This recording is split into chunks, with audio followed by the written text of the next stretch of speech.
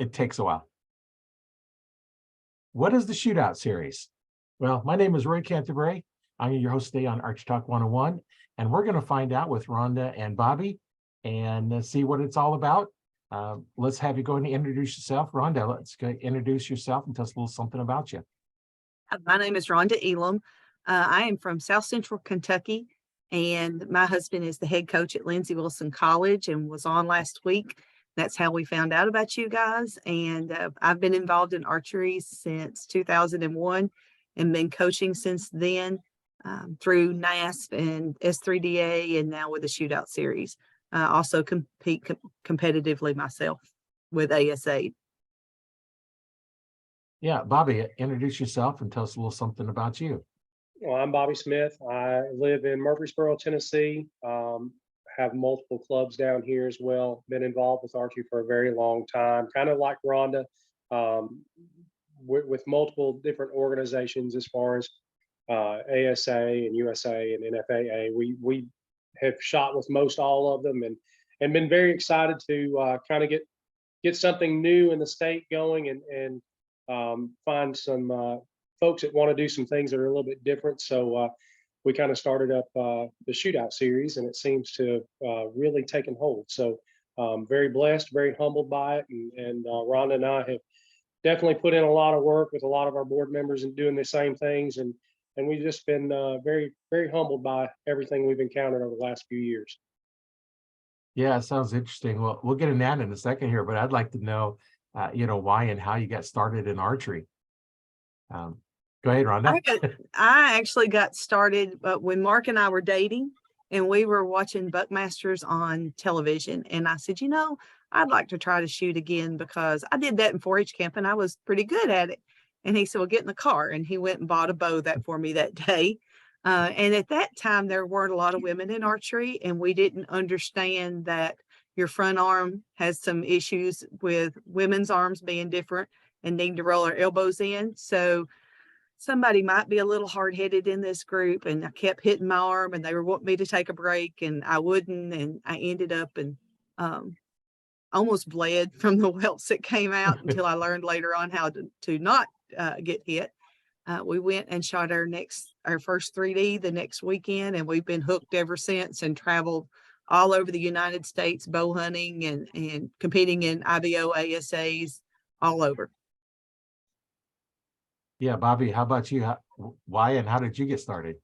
Oh man, well, I started youth, kind of out of necessity. I grew up in a small town, and we hunted and fished for a lot of our food source, and so that's kind of what got me into it. And then, of course, got married, and we had kids, and then my kids decided, hey, I'd like to do archery, Dad, and so got started that way and started donating some time to help out with some local organizations, and Siegel Middle School was one of them in the NASP program, a lot like Rhonda. And so we kind of expanded on from that to other organizations, and coaching kind of became a thing that I saw was a need in this area to help youth archery grow. I saw that there was a need, and we just kind of fell into it from there and just kept pushing and moving forward. But my experience has been from the hunting side to target archery, and have thoroughly enjoyed it. More so watching the kids grow and learn, and seeing how they respond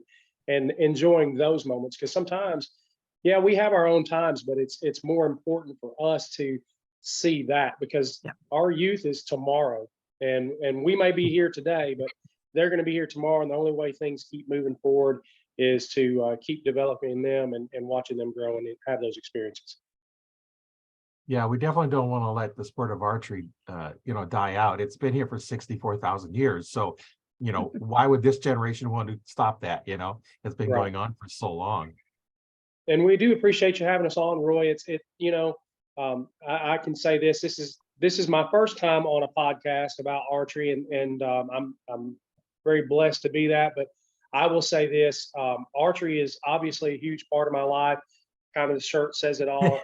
Ron and I probably, and I say this with humility, I probably donate more time to archery in a week than what most people work in a full-time job. And I can promise you my wife would more than agree with that. And it's definitely a blessing. Working with young people, still developing my own skills. I'm not perfect by any stretch of the imagination, and people will always assume that coaches know everything there is to know and they shoot the best in the world.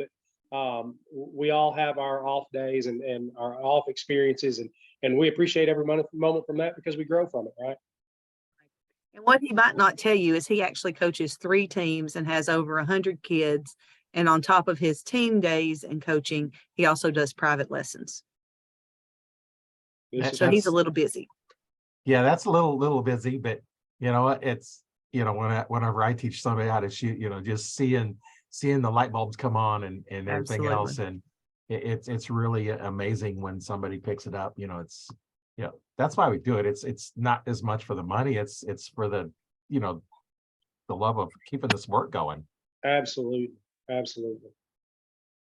That's why when I had my store, you bought a bow, you automatically got lessons with it. I'm not going to sell you a bow and it's like, here you go.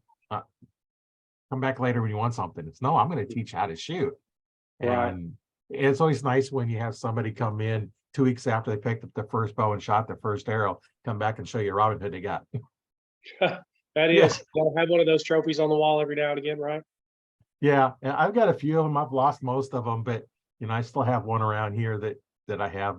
I don't even know where it's at right now, but you know, I keep them. I quit shooting single spots because I quit wrecking too many arrows. And you know, back when I started shooting aluminum arrows, and I shoot the bullet point, so they, you know, Robin Hood on one of those is a little more difficult because if you're not perfect dead on, they just bounce off. And I wrecked so many knocks and inserts on the back of them, you know. So I just quit shooting single spots. But now with the carbons, it's a little bit different, but they're a little skinnier. Yeah. Pin knock bushings help that out a little bit too. Yeah. So tell me about the difference between what you had been shooting and your Shootout Series and why it is that you started it. I'll start with the start of it. It kind of happened during the COVID year and everything got shut down. We were very disappointed, of course, but we understood. But that fall, things were kind of flaring back up again. And the discussion was if they shut it down again, our kids would go without again. So there was a coach in South Tennessee that called and said, hey, why don't we just do a scrimmage? And we'll do a scrimmage between your kids and our kids. And then, you know, and he said, we've got the best kids in the state anyway. So we went and started that. And I said, hey, let's call Bobby. And we called Bobby and he jumped in with us. So we were the original 3 that we didn't understand what we were doing at the time. We just wanted to have a thing for our kids to shoot. So we started with that. Our first year, we ended up with kids from 3 states. We had 3 kids out of Ohio that drove down and shot 5 shoots in Tennessee. We had 11 clubs that ended up with us that time. So we had about 118 kids. So the next year we kept hearing from the parents how they would like to shoot as well, because we don't have a lot of indoor here. So we added adult categories, and then Kentucky decided they wanted to have shoots. So we added another state. So we had 455. So this year we added some extra adult classes, and that where we saw a lot of participation, and added Arkansas and Missouri. So we had over, gosh, I don't even know. I think it was over 1,200 scores entered. We had about 600 archers that participated with us this last year. So I'm gonna let Bobby do the differences between. So obviously we have made it a I guess challenge for ourselves to do things that are unique, do things that are more different than what the normal is, especially here in the state of Tennessee. Between our organizations, we just wanted to be a little bit different, and doing different we found was much better, and not just because of the organization itself, but some of the things that we did before became very static and very mundane and very routine, and we were noticing it within the kids. So we started asking the questions, hey, what is it you would like to see? What is it you'd like to do? How can we assist making these things better for you. And we started listening. And when we put our ears to the ground and we started hearing what the kids were saying and what the adults were saying, just like Rhonda said, we started hearing adults talk about, hey, we don't have much indoor here in the state of Tennessee. So are you guys going to be able to accommodate some of that? And so we did open up for that, which is very different because most youth organizations don't offer that as an option, So where ASA has youth and adult, we kind of built upon that same motto. We also shot with S3DA and NASP and a lot of the other organizations, USA and NFAA. And we still do those same things. We still give our kids the opportunities to shoot with those organizations. Nothing has really changed there, but we did offer them something that was a little bit different. It looked more like what Lancaster does in a lot of ways. And we shoot this kind of the same targets in a lot of ways, but the style and format may be just a little bit different. How many arrows we shoot may be just a little bit different. How the distance that we shoot may be just a little bit different. But when I say that, it's just enough that it keeps everybody interested and we're not following through with the same things that we've been doing year after year after year. And we've seen that has been the flow and the direction that it carried us where we are right now. And we're thankful for that. I think that we're still seeing that positive growth where more states continue to come in with interest and are like, hey, we saw you guys did this and this and this. We think we might be interested in shooting with you. What do we need to do? And so we just give them the information and give them the opportunity. And it has definitely worked itself into where more and more people keep coming on. But, Ron and I have been at this for a long time. And I have to give my hat off to Doodle Gardner because, without Doodle coming in saying, hey, what do y'all think about doing this scrimmage thing between us and doing some different stuff? We'd probably not be right where we are today. So, there's a lot of people that are in the inner workings of this, and Rhonda and I kind of trudged through it. I made a comment to her earlier, and I said, "Well, girlie, we're bad about sticking our toe in the water. It just happens to be the deep end, and we usually go down under, and then we find ourselves swimming back out." So that's kind of where we are. But Rhonda, if you got anything to add, just go ahead and throw it in there.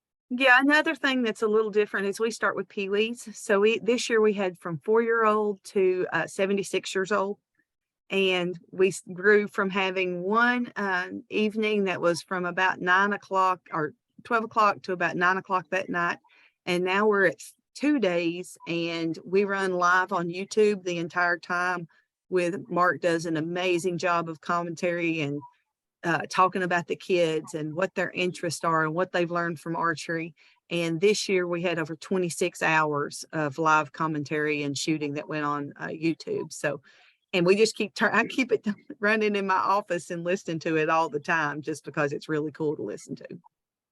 Yeah, it is when you get out there and talk about something that, we all have a passion for because, that's why would I have a podcast about archery, if it's not a passion, and anything we can do to promote it is always good. So one question, some of the new people, because I have brand new archers that have basically just picked up a bow to archers that have been shooting for 60, 70 years, anywhere from, beginner to Olympic level.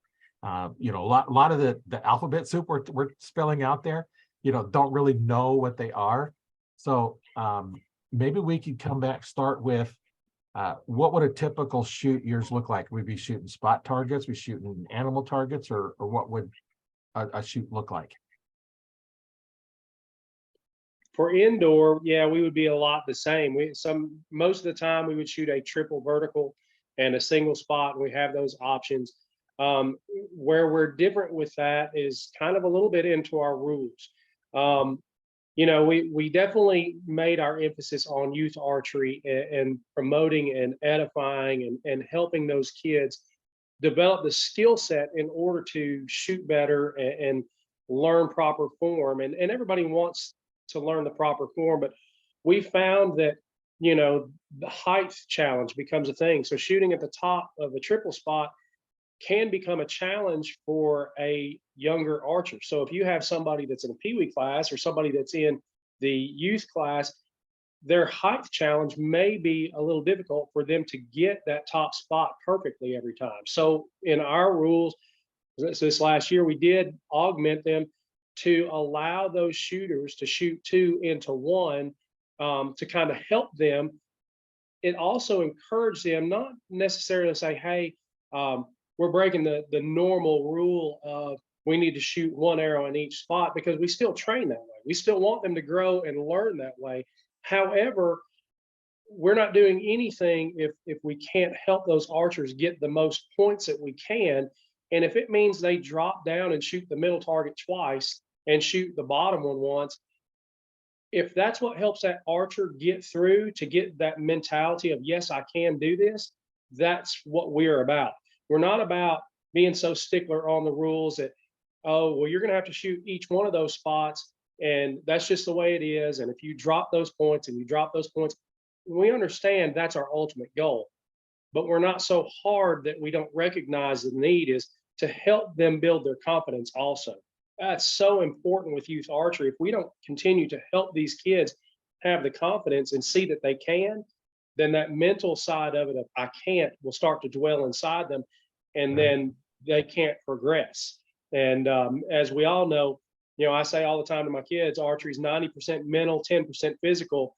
We can get the physical side of it down, but we oftentimes forget how tough the mental side can be. So we want to make sure that we expand on that and help. Obviously, if they chose to shoot a single spot instead of the triple, we're going to honor that. We don't have any issues with that. But we're touching on something, and this has been kind of a topic of debate for us organizationally too, especially with our board members, about what we need to do. For me, I always want to look at it in the best interest of the kids. As an organization, yeah, we have to look at those things, but youth archery will not grow if we don't continue to expand on their knowledge and help them get where they need to be. And this was just one example of a rule that we kind of manipulated a little bit in our own organization. It doesn't stand out and stand strong with the others, but we're not those organizations. So we're here to continue to grow youth archery and promote and edify the kids. And what better way to do that than be able to set our rules to say, hey, well, we can do this, even though these other organizations don't. Eventually you'll get there because they're going to grow, they're going to get stronger. And then the next thing you know, they're going to shoot that top spot just fine. But that's one of the examples that we do things a little bit different. And then we also, if you've got a brand new archer that has never shot a tournament before, those coaches will come up between the line and you can say, hey, make sure you keep your bow up straight, kind of walking them through it. And then if a kid has trouble, either physically or mentally or equipment wise, we just break them down and we'll pull them off to the side. And you'll see coaches with every jersey jump in and help those kids get back because it's more important for us, for those kids to have a positive experience than it is for us to say, okay, you have 20 minutes or you have 30 minutes or whatever the breakdown time is. So whatever it takes, that's what we do in those qualifiers. We do 5 qualifiers a year and people keep their top 3 scores to make a national ranking. And we kind of line up like USA Archery does to where once we put all the scores together, we take the top 8 that will get an invitation to our national gauntlet. So, those that develop are going to get rewarded, and those that don't want to put in the work aren't going to get rewarded. And it sounds like you go through, and if you're struggling, if you're willing to put in the work, somebody's there that's going to help you. Absolutely. And that's the way it should be. If you're willing to put in the work, I'll help you. If you're not willing to put in the work, I'm not going to help you, because I was wasting my time, to do that. But if you're willing to put in the work, it's not a waste of any of my time. That's kind of why I look at anything I'm teaching, whether it be archery or any other sport or anything else I'm teaching is, if you're willing to put in the time and the effort, you're going to get better. Another thing we chose to do is trying to align with the collegiate archery, which of course for me is really important, is the college does not shoot a 5-spot. They are, or a Vegas. They shoot the 3-spot world verticals. So we wanted these kids to learn to shoot the verticals now, because if anybody's shot verticals, it's a whole lot different ball game than shooting a 5-spot. So last year we had a elementary kid that shot a 300 on a 3-spot vertical. So you can only imagine if that kid's doing that in elementary school, by the time he gets to college, what skills he will have developed. So we wanted to kind of line up with those guys because our ultimate goal is for those kids to have a chance to get a college scholarship and to go shoot if that's what they choose to do. Yeah, and kids, when they're that young, they don't know they can't do it. Right. Unless we tell them they can't, we tell them they can do it, they're going to believe us because you can do it, and next thing you know, they do it and they go to it again and again. And next thing it's like, I got this. I know how to do this. So do you just do spot targets or you also have a 3D version of it? Rhonda, you want to start with that one? Sorry, guys, I've got a call. I'm not going to answer it, but I do have to get somebody else to handle it. Okay. Okay. We started, we wanted to try to experience mainly what we have here is 3D. So we have actually developed a program that we're going to do this spring called the Tri Archery. So it's a triathlon with an archery twist. So our kids will be shooting an outdoor target round. We will have 3 different tournaments. So they will have an outdoor target that in Tennessee, theirs is in April. Then we're going to be learning about redding, and we're going to do redding style 3D because that's something nobody around here has ever seen.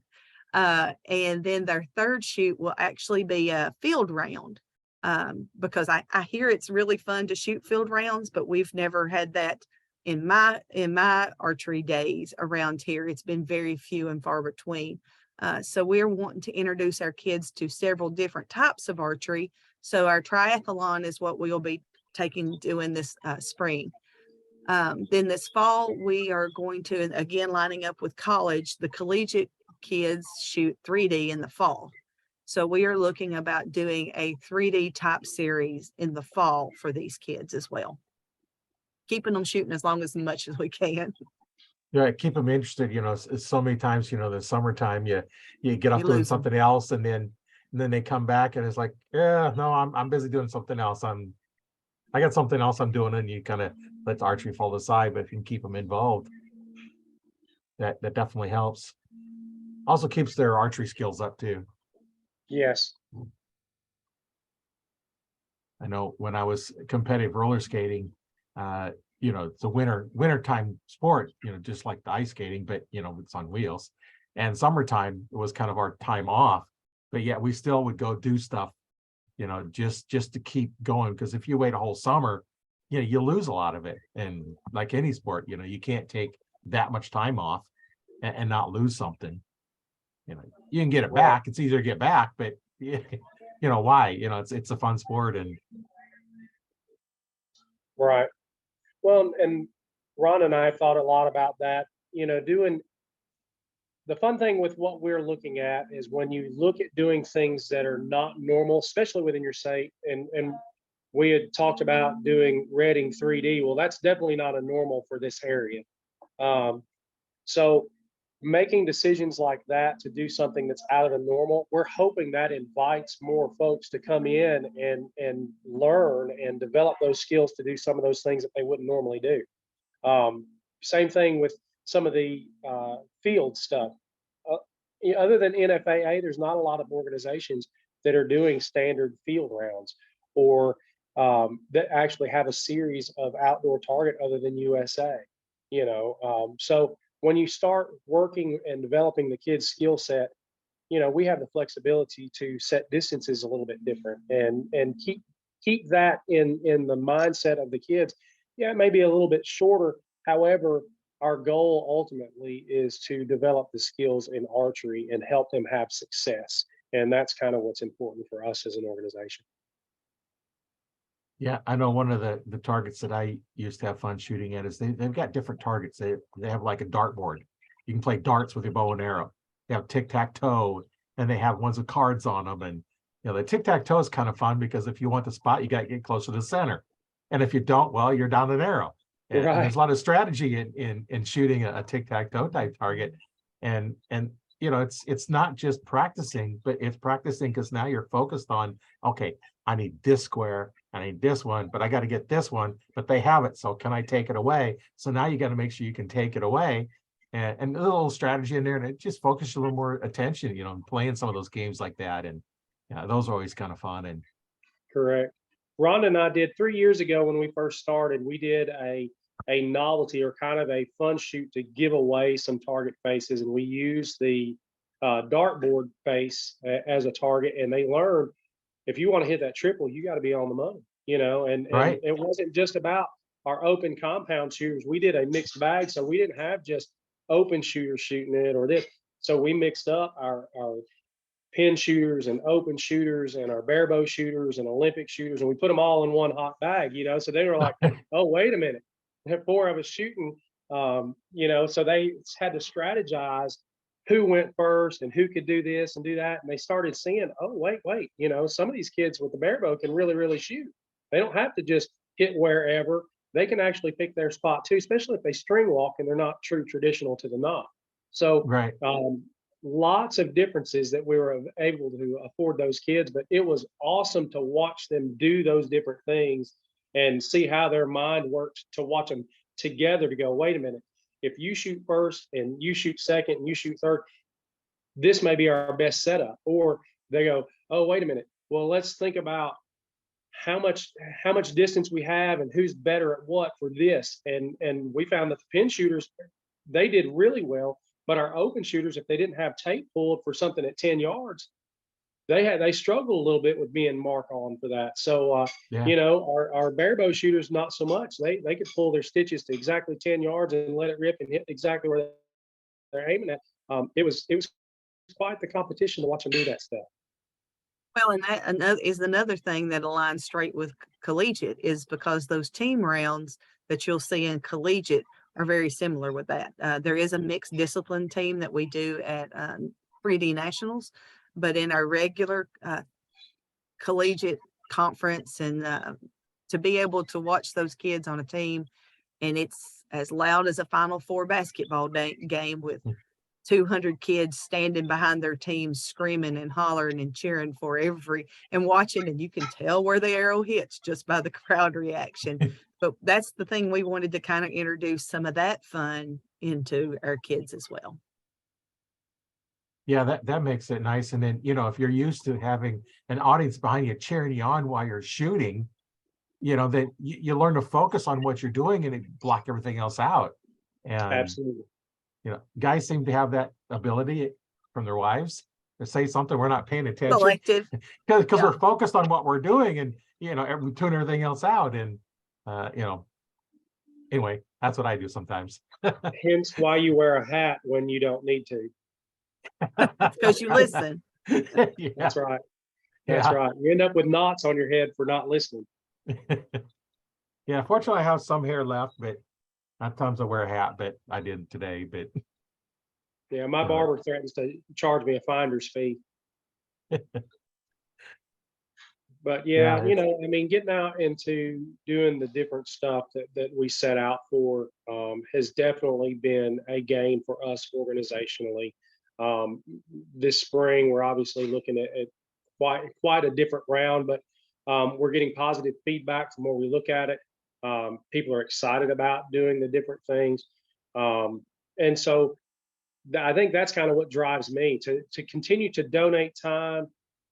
As Rhonda said, I have 3 clubs here, 2 in Rutherford County, Tennessee, and then 1 in Wilson County, Tennessee. And between them, they keep me very busy, but seeing how every one of them from ages 4 all the way to 18, how they respond and how they go, oh, I don't know if I can do that. Or I tell them all the time, I said, you need to believe in yourself like I believe in you as a coach. I said, when you do that, I said, your mentality is going to change. You're not going to just think you can hit the target. You're going to know that you can hit the target, because we as coaches stand up and we believe in you. That's what we're here for. That's what we donate our time for. And I would say that most everybody that donates their time to coaching archery, that's exactly what they're doing. They want to continue to see the sport grow first, see young people continue to grow into the sport, and watch it continue to develop. And because, like I said, we don't have tomorrow if we don't have our kids. So no matter what it is, we got to educate them in everything we can. And archery for us is just that passion, and we want to continue to move that forward. Yeah, and pretty much, if I didn't believe you could do it, I wouldn't waste my time teaching you. Right. And I'm teaching you, so I believe you can do it. And Right. that's just, sometimes you got to just flat out tell them. It's like, if I didn't believe you could do it, I wouldn't be teaching you. Right. And some kids that would hurt their feelings, and other kids like, oh, that would get them started. And as you teach more and more people, you learn what that person really needs. And That's that tough love, right? right. Sometimes you've got to, and I've seen that done a few times, and the person that was done to is like, they just quit because they weren't really serious about what they're doing. Right. Okay, think about, do you want this or not? And if you don't want it, then don't waste your time, my time. If you want it, I'll spend all the time you need. Right. And that's the way of it. I mean, it's not archery's not going to be for everybody, and we recognize that, just like baseball's not for everybody and football's not for everybody. Right. But for I guess that's the difference in us. I kind of laugh. I've got a T-shirt that says, "It's okay if you don't like archery. It's kind of a smart people sport anyway." Now, I'm sure there's people that could take offense to that, but we say it jokingly. I think I've got a T-shirt for just about everything. I'm sure Rhonda would agree with that. But in the same token, if we take it so serious that that's all we do all the time, then life's not going to be worth very much on that front either. We have to kind of have our checks and balances and recognize that. And I think that that said, not that I'm getting on a preaching stance by any means, but God gave us everyone our own talents. But I think that He knows what we can and can't do individually, and He puts us where we're supposed to be. So I always say I'm very blessed to be where I'm at and have the ability and the time to do what I do. That's very important for our community, not just as the archery community, but for our community right here in Murfreesboro and Lebanon, Wilson County as well. You got to have coaches and infrastructure out there in order to continue to educate. And that was just one of the other reasons that we decided to do the Shootout Series, was because the need is there. If it wasn't there, we would have nobody coming in and shooting with us. And so Right. obviously we've met a need. So, we're glad that we can be in this position. Yeah, kind of like I build it and they'll come. It's like you're gonna find what they want and then build what they want, and then they'll come. Right. And the way your group is growing here, that Shootout Series is growing, that's a piece that people need. And don't try and duplicate what Lancaster does. Don't try and duplicate all the other shoots, because why they would pick between yours or theirs. It's the same event. Which one you go to? Well, yours isn't the same event. It's different. Correct. And that's what's nice about all the different options you have, is you can shoot anything you want. If you want to just shoot indoor 3Ds, summertime is a little bit tougher because most of them go outdoors for it. But if you just want to shoot 3Ds, you can do that. You don't have to do anything else. If you just want to shoot for fun, you can do that. If you want to compete, just amongst you and your buddies, like if the three of us went to a shoot, like, I don't care. We could come in last, next to last, and third from last. The challenge I just with a buddy of mine is like, okay, who gets to give it on the way home and who has to receive it? Well, next week it might be different.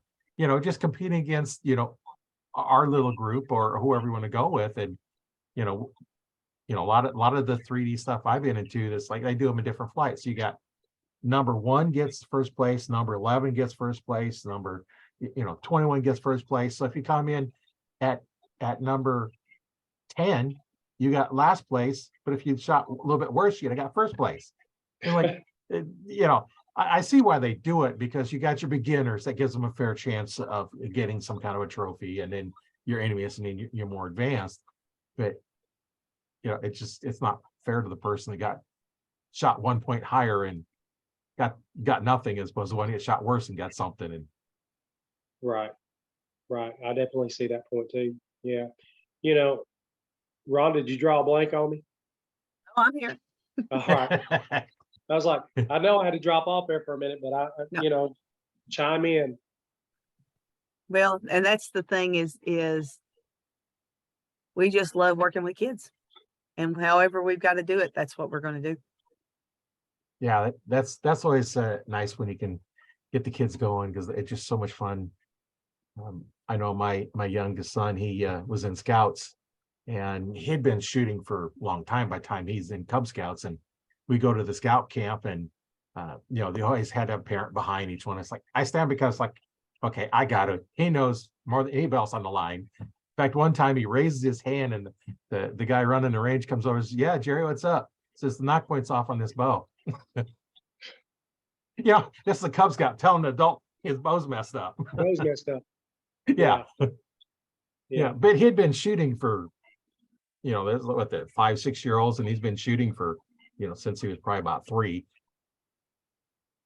I had one of my NAST kids come up not long ago that said, Coach, is this white thing supposed to slide up and down on the string? I was like, no, it needs to be pretty fixed. You're not going to have a good spot to set the knock to. And so, there little things like that do happen. And of course, I guess that kind of, Rhonda and I have definitely dealt with our fair share of that. We handle breakdowns that are a little bit different. And so where we're talking about some of the coaches for our new kids are allowed to come up on the line, do we stop everything for a breakdown? Usually not. I mean, we roll through that like any other organization would, but we're more apt to, okay, so your pin is not, something's loose, and we don't stop everything that they're doing. If they can make the adjustment, coach is standing behind them, they can make the adjustment to tighten it back up and get it back right and hand the bow back to them. We let them rock and roll. We don't just hold the progress up because of, they're having a technicality. Now, do we offer that 15 minutes to come off the line and reset and regroup and shoot? Absolutely, we do. But if it's something simple and we can see that it can be fixed right there and it's not going to slow things down during the tournament process, then we handle it. We just roll on with it and we give the kids the best opportunity and benefit that we can. And the adults in the same form and fashion, I think we as adults are much harder on ourselves when we shoot because we think everything, and listen, if we're not perfect when we step up to the stage, well, then we're just going to suffer the consequences, right?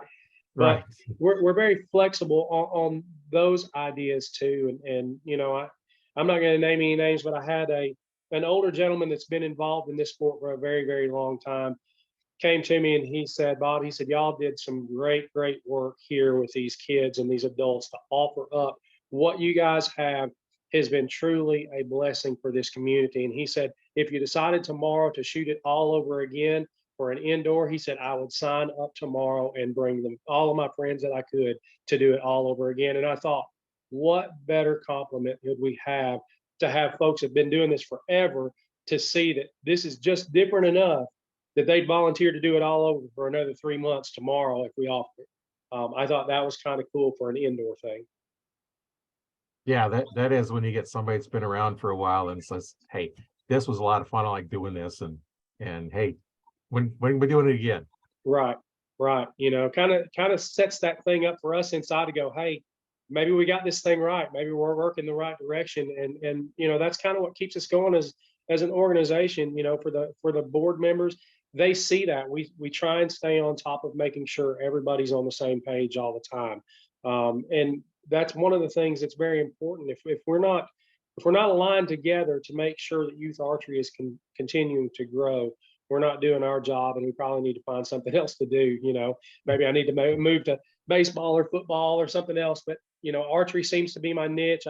And like Rhonda, we've both been doing it for so long now. If I ever stopped, I would truly be stopped. It's time for me to go set up and fish somewhere. And of course, I've talked about that too. I said at some point I'm going to find my last child. I'm going to be okay. That's my last one. And then when I get done with this one, I'm going to fish the rest of my days instead of doing this. But everybody's got their passion, and I think we've certainly found ours. And the community is certainly reaching out and coming to us and saying, hey, we like what you're doing, and looking for more. And we continue to do that. So the more is what we're about. We're trying to keep giving them more options and different options and see how that works, because that seems to be what the nature of the beast is, that people want something just a little bit different, just a little out of the normal. And I'm kind of excited a little bit about the Reading stuff myself, because unless you're out west, you're typically not shooting those Reading events. So here in Tennessee, it's going to be brand new. We're kind of excited about some of that. So yeah. Rhonda, what are your thoughts? One of the real cool things that I thought is up in Kentucky, there was a group of moms that had been hauling their kids everywhere to go to all these archery tournaments.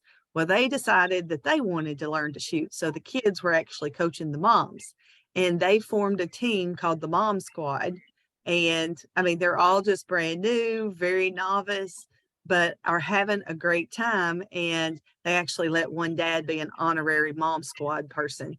But they have their own little team, and they'll show up and their kids will shoot. And the parents who are brand new, I can't even tell you how many people, this was their first year of competitive archery, which is just cool. Yeah, Well, then we all get our Dubs titles too, right? I Right. mean, I've been called a daddy caddy ever since my daughter's been shooting or my son's been shooting, and they all laugh about it. But you'd be surprised at the people I've had come up to me, hey, said, you got any shirts that say daddy caddy or honorary daddy caddy? I like, makes me laugh, you know? Yeah. I know it's just so much fun doing this kind of stuff. And We forget about the conservation side of it too. You know, I mean, most of our archers that shoot indoor and transition to outdoor in 3D, most of them are all hunters too. You know, I naturally grew up in that aspect, and so we think about the conversation, not just the conversation about, but the conservation side of archery and how important that is to what it is that we're teaching and training also. Because we've got our group that probably will never hunt in their lifetime, but we have a mass majority of our group that probably hunt every year, and we recognize that. And state of Tennessee, you know, we're huge. I will say this: I know that I track what the cull rate is every year on deer harvest, and people are like, really, do you really pay that much attention to it? And I was like, well, when the state of Tennessee offers every individual hunter an opportunity to take 123 animals per season, there's a huge cull rate. And I was yeah, like, so I said, we have to kind of be mindful of that and think about why it is that that's necessary, because there's a reason that they're wanting those numbers. So we have to continue to teach the kids that part of it too. And by honoring our wildlife with archery, that's just part of it. And yeah, some are going to go on to gun hunt and rifle hunt, but that's still the same thing. So if we're teaching them to be good stewards of our wildlife in archery, we're going to teach them to be good stewards, whether they use a rifle or they use archery tackle. Either way, it's what we're supposed to be doing and doing our part in conservation. So, and personally, I came from the other side. I was anti-hunting as I grew up, and then we started shooting 3D, and I thought, you know what? If I have to be 20 or 30 yards from an animal, that's pretty fair game. So I started, you know, by myself in a tree stand, and once the first one went down, we've hunted in Texas and Illinois all over the place, because sometimes my husband will say to everybody is I hunt more than he does now. that's a good thing though, right? Right, absolutely. He works and you hunt and have fun teaching archery. Okay, we'll say that. well, and there's been a dynamic growth in female archery too. That's something that doesn't get talked about very much either. But I know within my clubs, I have seen a dramatic growth with females coming into the sport. And of course, I tell my guys all the time, I'm like, listen, you better watch. I said, they have better balance than we do. They think better than we do. I said, not that I'm being They listen better than the boys disrespectful, but do. yeah, for the most I was going part, to say that. they do listen to the instruction and take instruction well, and they usually find themselves doing very, very well. So we definitely pay attention to those things too. So, you know, like I said, we're very blessed as an organization to be part of that growth and see and recognize, hey, this is more to it than just being the regular sport like everybody else chooses. Let's see how we can make it better and you know, something that people want to do, not necessarily are moved into. You know, I grew up playing every regular level sport known to man. One, because of like everybody else. Well, my daddy did this or my daddy did that. And so you kind of follow in those footsteps. Well, I can tell you, my dad never shot a bow a day in his life. You know, there's things that kind of naturally progressed me to do something very different than what my father did. And I kind of respect that now. It's kind of made me the person that I am. And it's definitely put me on a different pathway to life than what my father represented. But in the same token, I was hoping that maybe that would transfer on to my kids and their friends. And we've seen that time and time again. I mean, I've been around this long enough that, I've seen several of Doodle's kids grow, and the kids that he has taught that have grown, and Rhonda's group that has grown, Calvin, all of them. We've got so many folks that are involved in this organization and archery that we've known for years. Watching them grow and develop and then become young adults and go into adulthood to where they're in college and they're shooting, and then they get out of college, and you have one of them come back years later and say, "Hey coach, how you doing?" and completely blindside you because you didn't know they were going to stop by on that Tuesday when you're coaching archery. Yeah. There's nothing better than seeing that come back. We have lots of those parents and older kids that come back and shoot with us. Like sometimes when we have practice, we're half adults, which is kind of cool.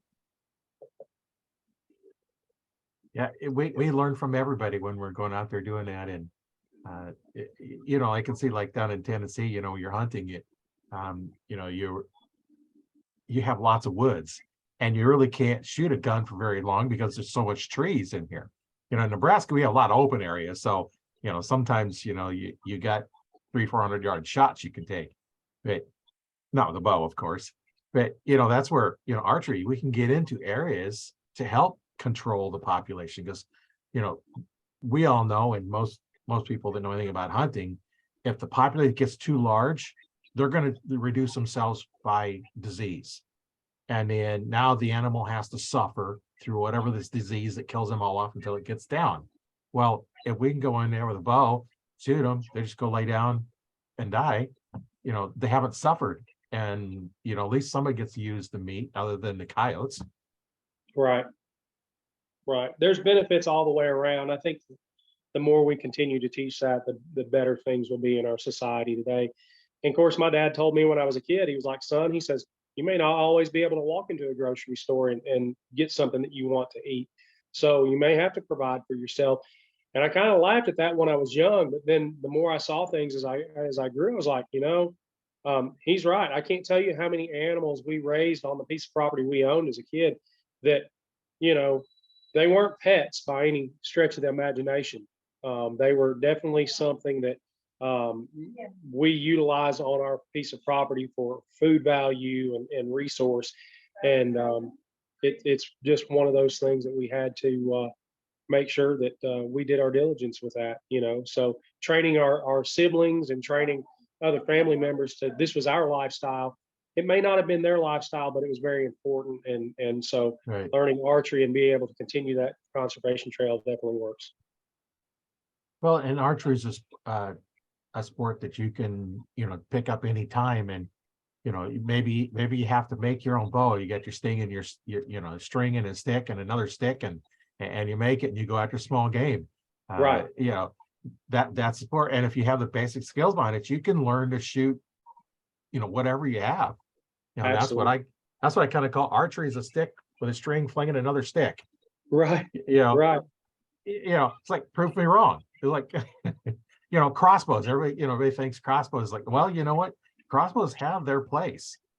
If you want a young kid, that, I don't, depend on which state you're in, you have to be a certain age, but, sometimes your 10, 11, 12-year-old kids, they can't pull a regular compound back and hold it. Well, you Correct. get them in a crossbow, now they can go out and hunt, and when they get bigger, they can move into the crossbow.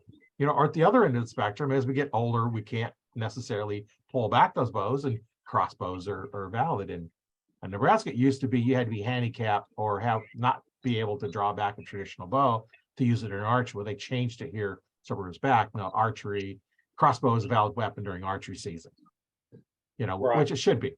You don't really have a lot of advantage by shooting a crossbow.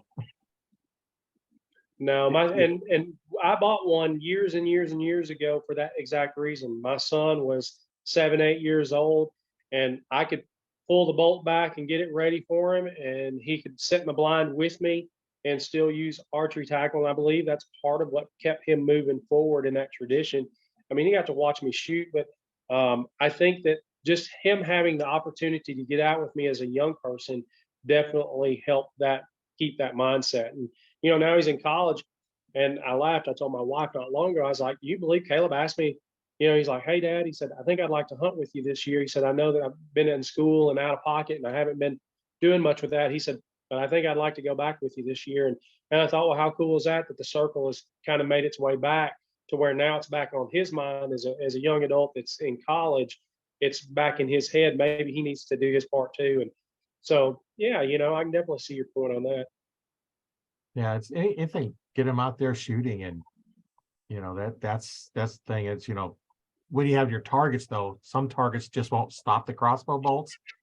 Yeah, and because it's so short.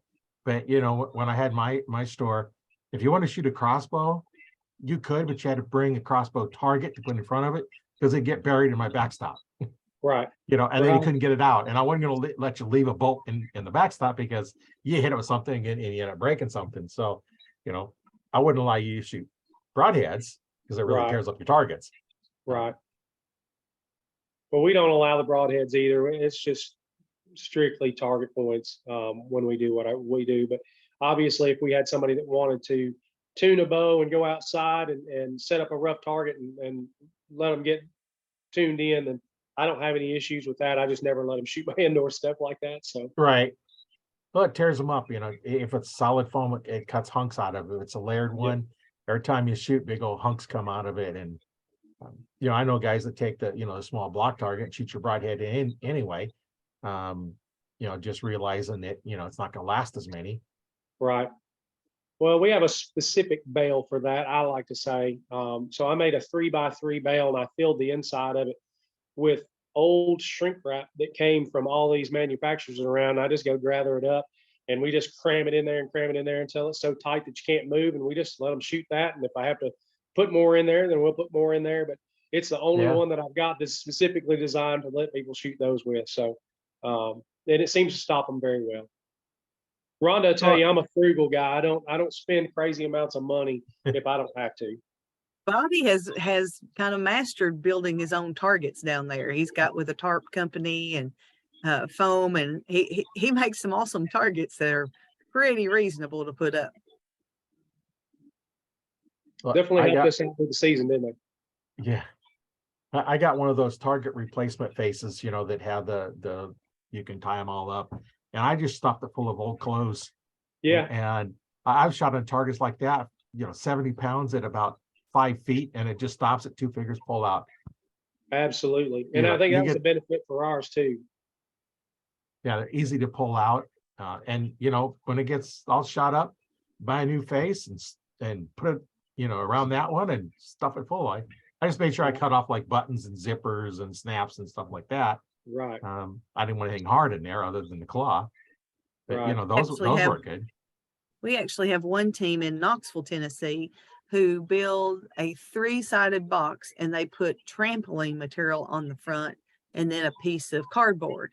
And there's a sock factory there. They get these big, like a pallet of seconds or whatever socks, and they fill their bales with that.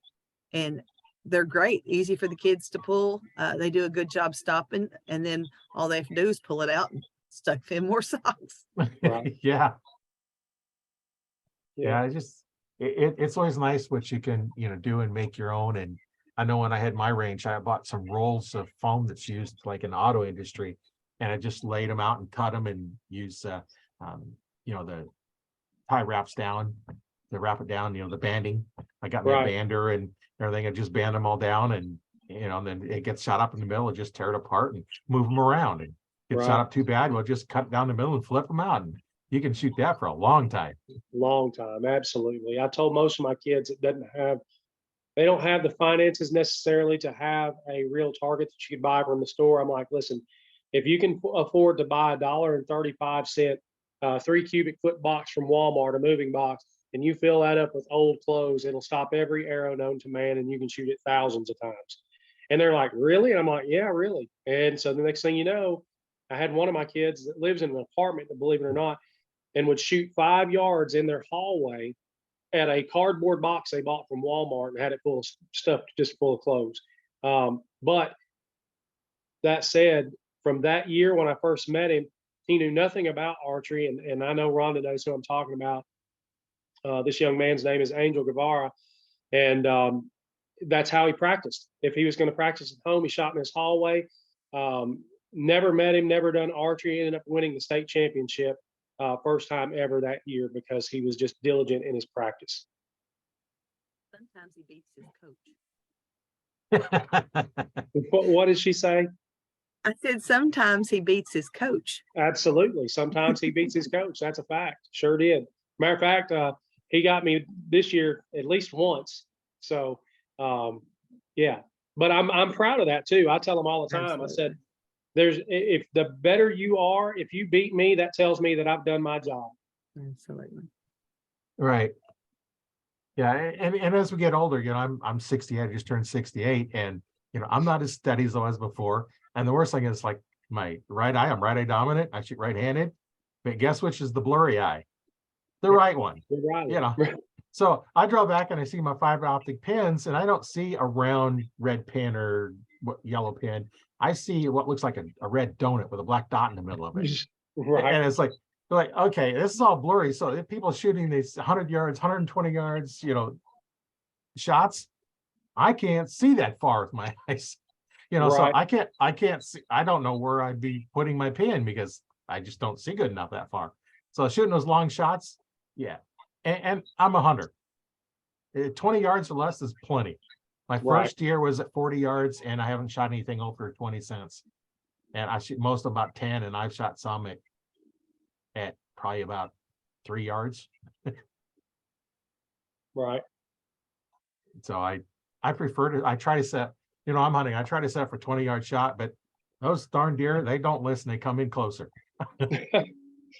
Sometimes it's like they're on a string, right? You're just pulling them right to you. Yeah.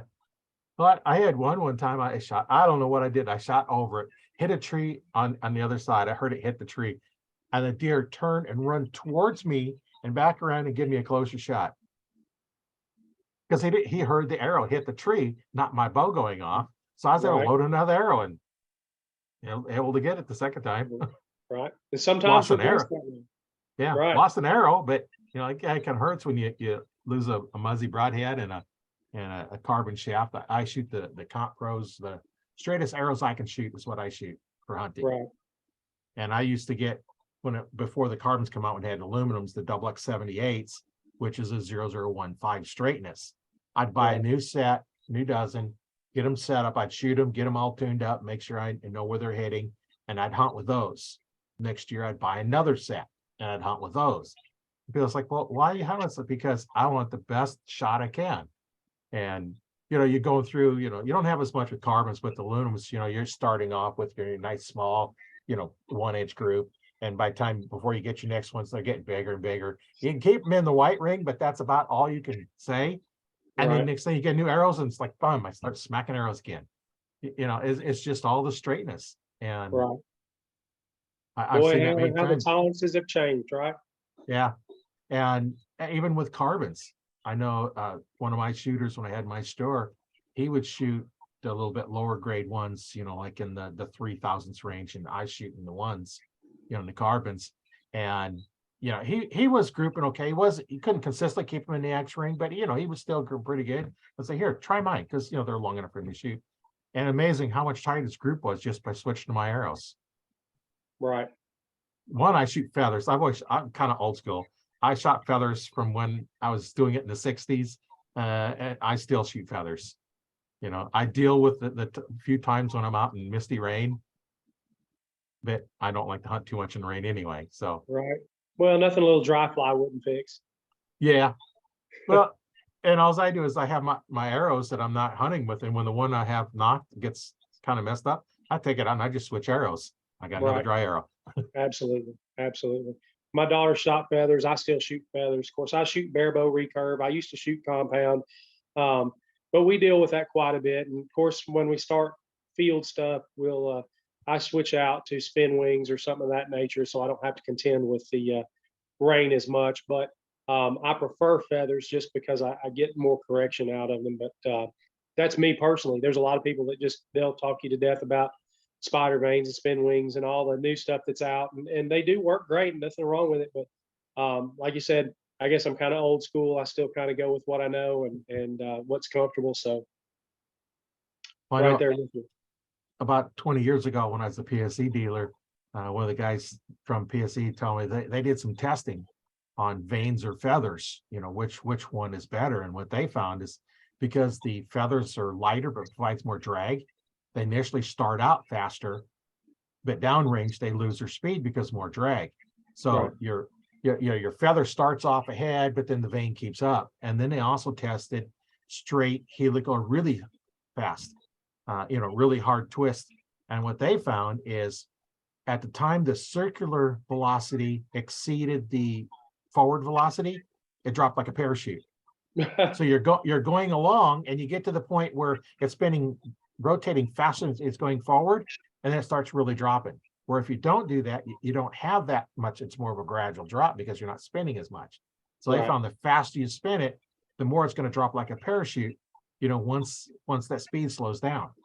Now, Right. at the ranges that we're normally shooting, I don't think it's going to make a difference, because, what's the forward velocity versus the angular velocity on it? And then once those, meet, now then you're having a problem. But, as fast these bows are, and you're not spinning those arrows that fast.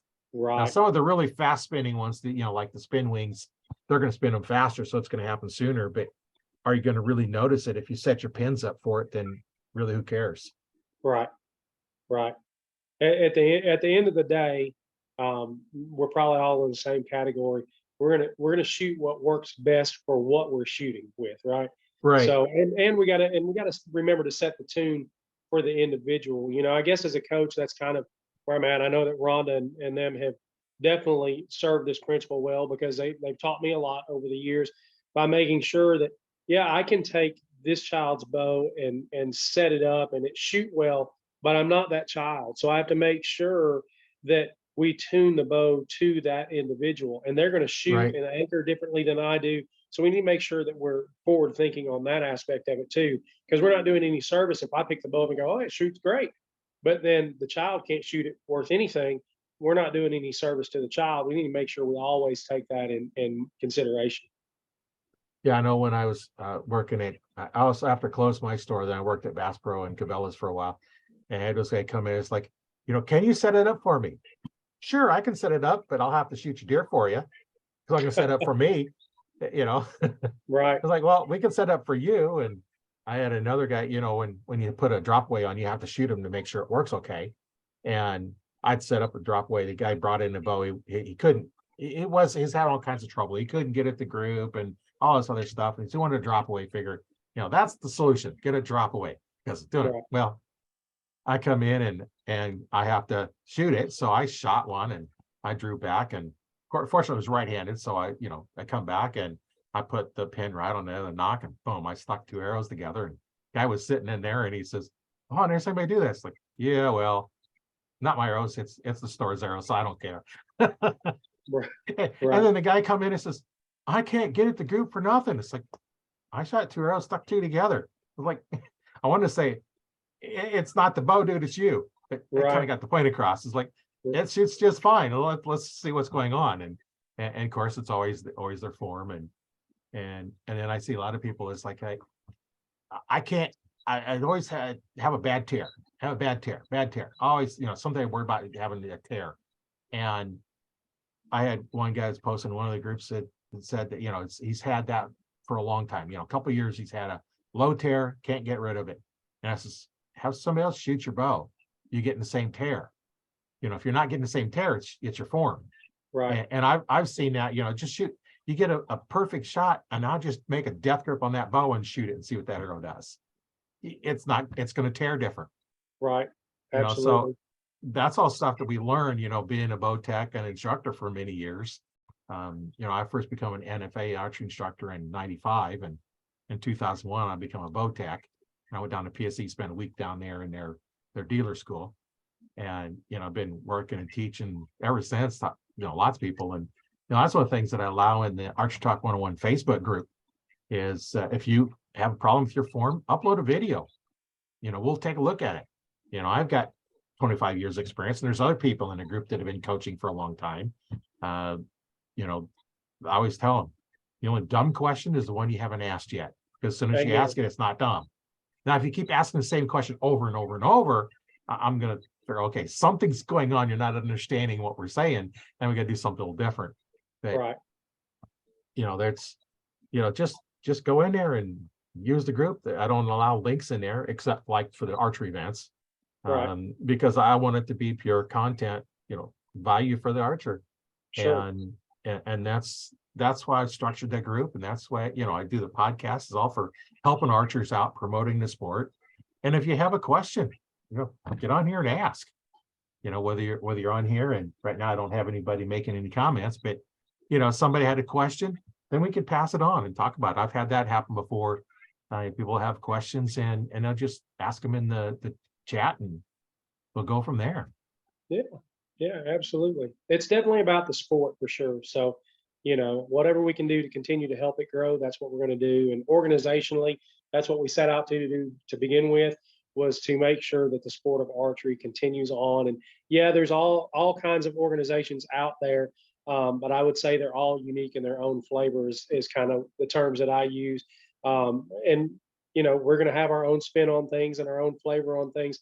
But at the end of the day, it's still archery, and that's what we're trying to promote and make sure that we, continue to get that information out there. Yeah, I always thought, when I was doing the 3Ds, and they had the hunter class, you're using hunting equipment, and they score it 5, 8, 10, 12, whatever. I think it should be scored -5 if you don't hit the kill zone. The vital That's area. you're gonna get 8 or 10 or -5. So you're better off to miss than to make a bad shot. Because Right. in hunting situation, we don't get points for having a bad shot. No. I think that should be scored -5 because it's a bad hit. And then you got your 8 and your 10. So you could easily end up with, almost no score if you get one bad one. Instead of getting 5, you're losing 5. Right. And that makes it more like a hunting situation, although you're going to aim a little differently on the targets. But because you got different angles and you aim the same spot, whether you're elevated or not, where you're hunting, you're not going to. But I always thought that would be the hunter class, that it should be, is like you're hunting. Right.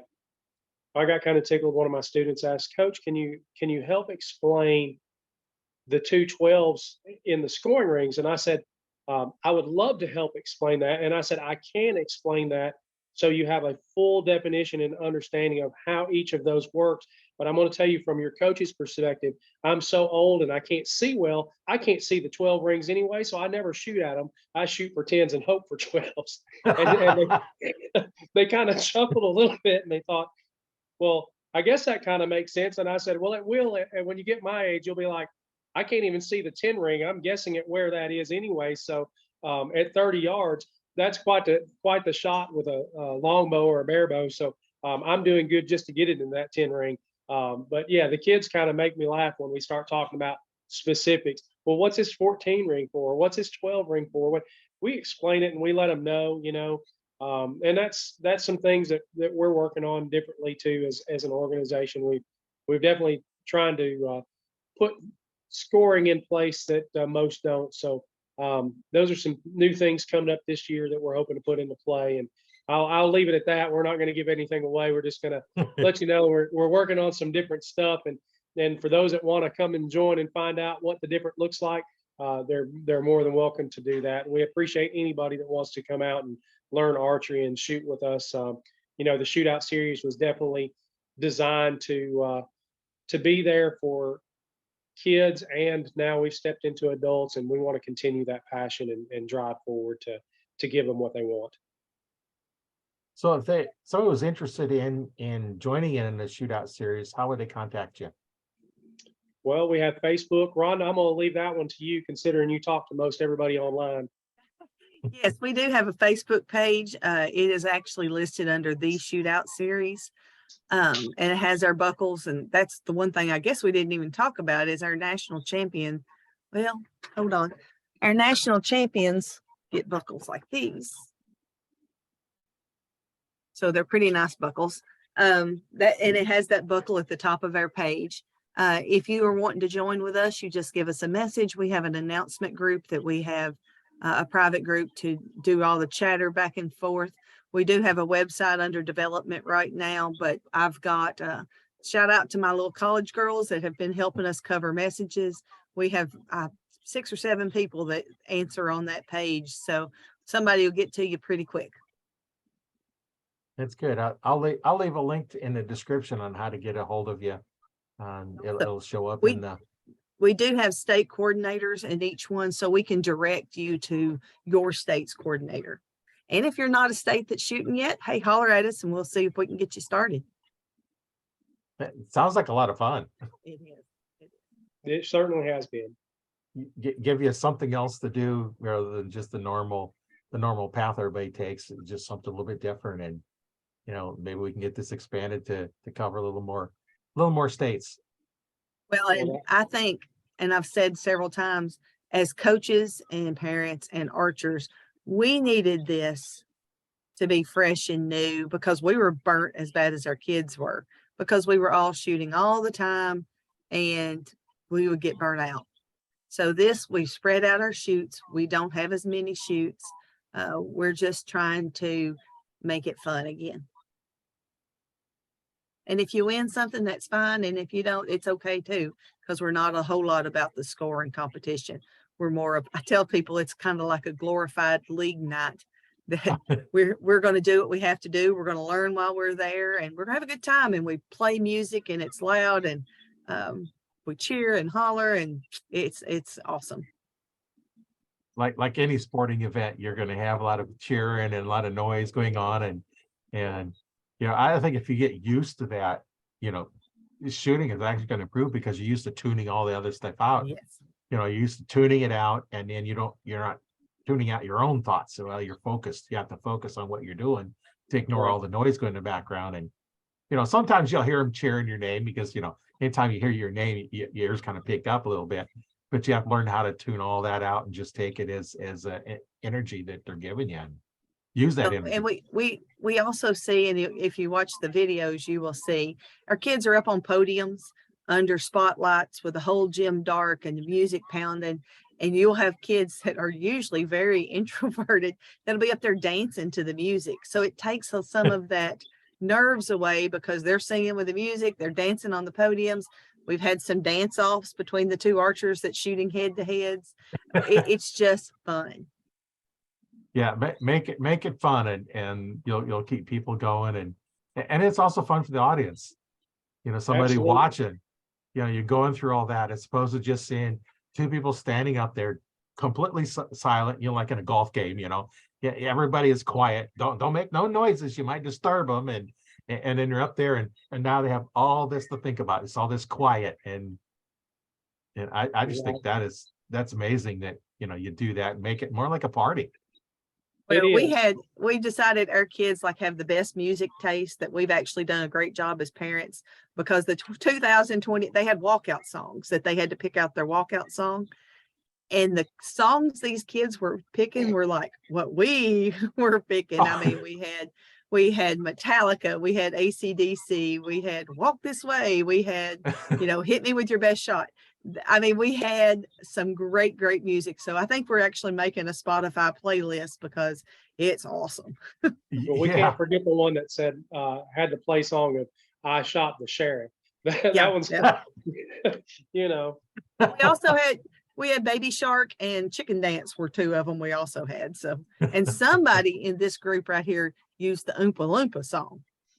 Just saying. Thank you, Rhonda, because the world needed to know that, right? You got to keep it light. That's the way I always look at it. I mean, there's always a serious side, but our series was designed with the intent to make the archer better. Okay, so how do we get better? I keep going back to Doodle on this one because he hit everything he's ever said. Iron sharpens iron. I will never forget that for the rest of my life, and it's absolute truth. So, those words we have seen stepping up 12 inches on a black riser crumble the absolute most solid people you will ever see. their knees will quake when they get up there. And then you'll see these 4, 5, 6-year-olds jump up there and throw down like nobody's business, like it doesn't even matter. And And that's you see priceless. adults absolutely are terrified. We had a guy that's a former Major League Baseball pitcher, and he came up to me. He said, I hear something's wrong with those podiums. And I thought, oh no, what's wrong with the podiums? He said, I heard they make your knees shake. And I thought, you know what? He used to pitch for the Brewers. If that makes him nervous, that's pretty cool. Yeah. Yeah. Yeah. Well, as adults, we get these self-made fears in our head, and it's like, okay, we step up there. Oh, we're in a spotlight. The kids like, oh, cool. And then now they're doing that when they get adult, it's like, hey, no big deal. Just climb up there. It's like the first time you do something, it's you get nervous the first time you do something. But we actually, the first year we did this, because our kids had never experienced anything like this. At that first year, there were 3 people that had gone to Lancaster. And this year we had over 25 of our kids and adults that had been through our process. They weren't scared of it anymore. We had over 25 that traveled to Lancaster and shot in the big shows because they kind of had that experience to a much smaller level with us. But they were like, okay, I can do this. I can do this. So they're going out and being on the national stage. And there are several of our kids and a few adults that in several different organizations are just racking in the national, setting records with USA. It's just amazing to watch them.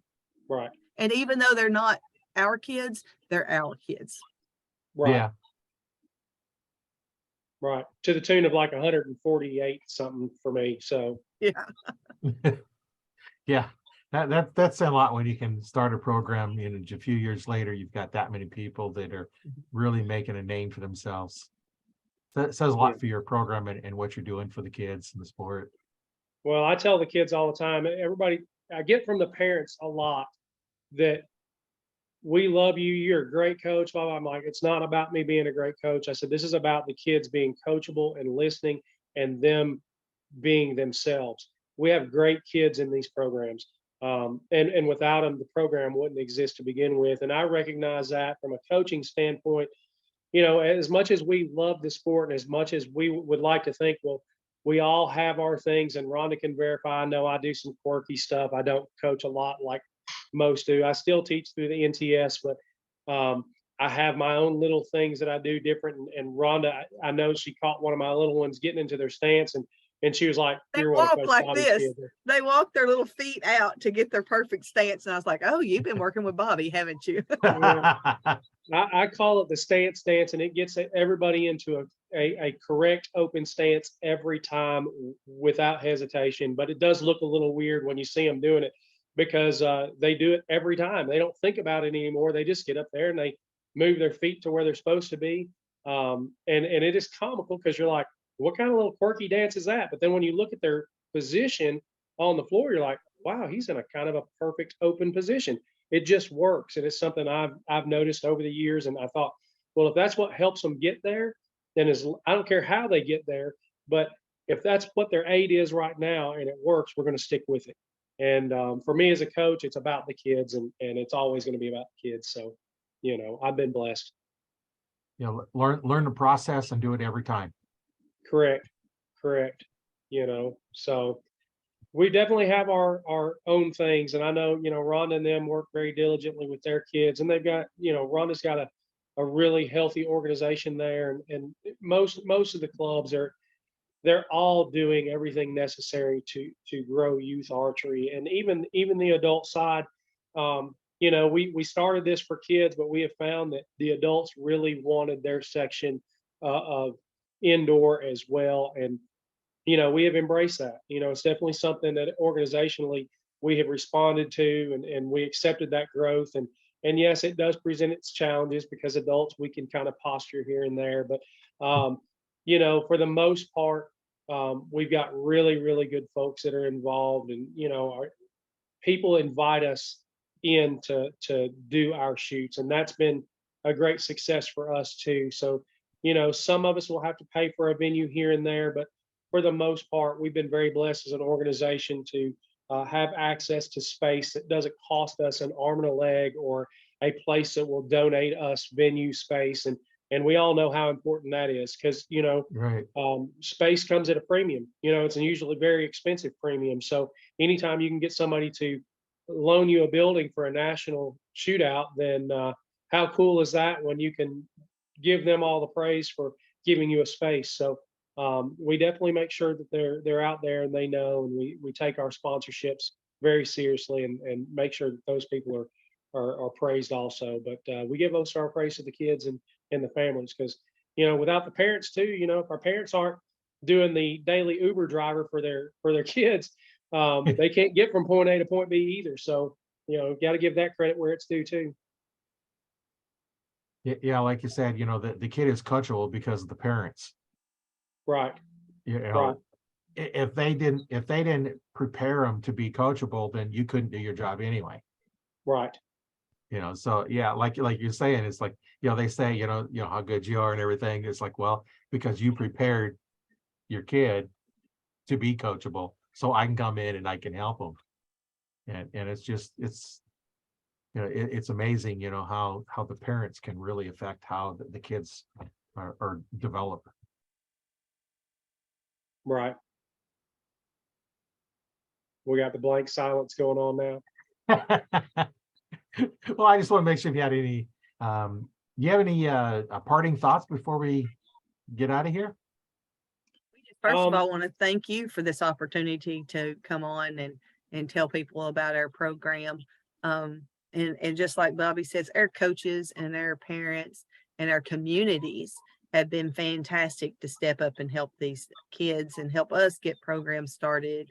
I personally have one. I'm blessed. I have a park that the city of Salina, Tennessee, lets us have, a Corps of Engineer park, and I put it with a lot of the as good or better than a lot of ranges that I've ever been to. And we'll go in and you'll have people at a restaurant hand you a check because they see what you're doing. And one year, our archery team, we did a survey, brought over $86,000 into a community that has no stoplights. So people come to our shoot that had never been there. 80% of the people that came to shoot with us that year had never been to that town. And since that time, we've had people, it's on Del Hollow Lake, buy houseboats, buy summer homes, move their family to that community once they came to the community and fell in love with it. So those communities have embraced us and given to us more than I can even say. Absolutely. So what do you have for parting thoughts here, Bobby? My parting thoughts would be, I just want to continue to see archery grow. I want to continue to see youth archery. There's nothing better than seeing the mind and the spirit of a young person that embraces archery and watch them grow. And so if you have that desire and you want to learn something about archery, get out there, find out who your local archery representatives are, get involved. Almost every state has some form of archery association. Reach out, find out who is available, what's available. And in the same token, obviously for the Shootout Series, if you're looking for something different, then reach out. We'll be happy to help you in any way that we can. But we're certainly thankful for you to give us the time today, Roy, and we appreciate everything that you're doing for the archery community. It's been my pleasure. I enjoy talking to, if you're an archer, yeah, you're welcome on the podcast because it's going to be fun talking. There's just so many different stories from, the new person that just starting out. It's like, I don't know anything. Like, you're an archer, know how to shoot a bow, or want to learn how to shoot a bow, you're good. Right. So it's just all different ranges, and it's just been so much fun doing this, and I enjoy it. So, stay tuned for the next one. It's going to come out. Outstanding. I post 2 podcasts a week, and then of course in the group they get to watch them live and interact with them. So there's no waiting in the group. Otherwise, you have to wait for a while. It's just been so much fun, and hopefully everybody learned a little bit about the Shootout Series, and it kind of excited to get involved in it or start it. So if you want to start it in your area, contact them. I'll leave a description with the links in the description down here. so it'll make it a little easier for you to get to them, but just go out and connect with them. And I think it's be a lot of fun. It's like, I gotta start checking here. It's like in Nebraska, you didn't mention Nebraska. So So are you saying that you'll be the coordinator for Nebraska and you'll get this started? Is that what I hear? I could be, yeah. There you go. Yeah, maybe we get something going here in Nebraska and see what's going on, and get something else, because there's a lot of kids in here that are shooting bows. And I'm out here in the middle of nowhere between Omaha and Lincoln, so there's I'm sure there's some land I can get here to hold some outdoor events on. That'd be awesome. A lot of them have Sure. crops on them, but there are some that don't have corn and beans on them that we might be able to use. And just get something going. And it sounds like it'd be a lot of fun to be Oh, involved it's in it. tremendous fun. Absolutely. Absolutely. Well, my name is Roy Canterbury, and I've been your host on Archery Talk 101 with the Shootout Series. Rhonda and Bobby talking about that. Stay tuned for the next one, and we'll catch you on the next podcast.